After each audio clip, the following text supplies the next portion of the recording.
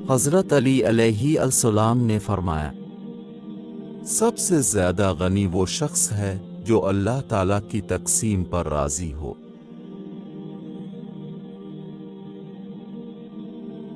तुम जन्नत ना मांगो बल्कि तुम दुनिया में ऐसे काम करो कि जन्नत तुमको मांगे।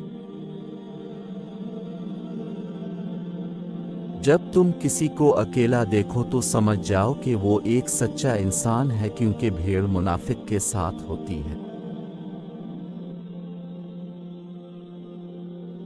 अगर तुम इस वक्त मुस्करा सकते हो जब तुम पूरी तरह टूट चुके हो, तो यकीन जानो दुनिया में तुम्हें कभी कोई नहीं तोड़ सकता।